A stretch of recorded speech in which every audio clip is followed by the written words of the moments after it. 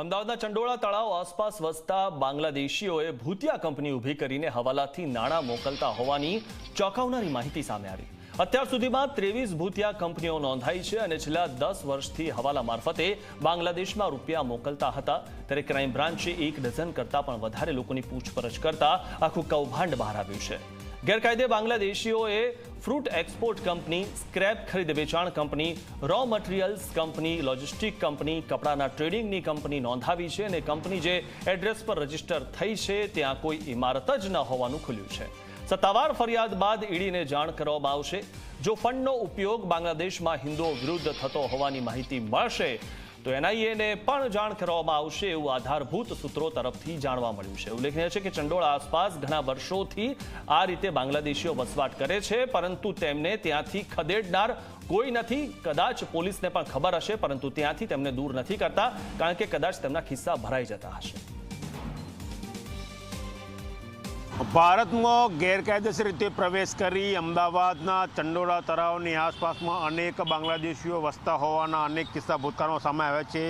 હવે વધુ એક માહિતી અમદાવાદ ક્રાઇમ બ્રાન્ચને હાથ લાગી છે કે જે બાંગ્લાદેશીઓ ચંડોળા તળાવની આસપાસના વિસ્તારમાં રહે છે તેમને 23 જેટલી ભૂતિયા કંપનીઓ રજીસ્ટર કરી છે અને આ કંપનીઓ મારફતે ઘણા રૂપિયા હવાલા મારફતે તેઓ બાંગ્લાદેશમાં ઠાલવ્યા છે।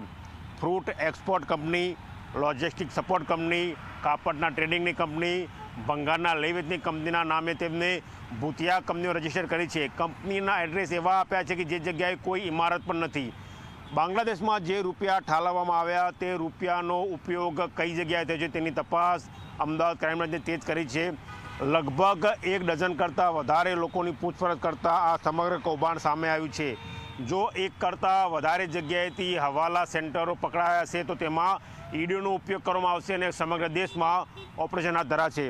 મહત્ત્વની વાત એ પણ છે કે જે રૂપિયા બાંગ્લાદેશમાં ઠલવાયા તેનો ઉપયોગ હિન્દુ વિરુદ્ધ થયો છે કે કેમ, જો તેની માહિતી મળશે તો આ કેસમાં એનઆઈએનો ઉપયોગ પણ કરવામાં આવશે। એટલે કહી શકાય કે જે બાંગ્લાદેશીઓ ચંડોળા તળાવની આસપાસ રહે છે તેમને છેલ્લા 10 વર્ષથી ભૂતિયા કંપનીઓ રજીસ્ટર કરી છે અને તેના મારફતે હવાલા થકી રૂપિયા બાંગ્લાદેશમાં મોકલ્યા છે, જે અંગે સત્તાવાર ફરિયાદ નોંધવાની ક્રાઇમ બ્રાન્ચે તજવીજ હાથ ધરેલી છે। કેમેરા પર્સન એસપી શર્મા સાથે ગૌરવ પટેલ, ઝી મીડિયા, અમદાવાદ।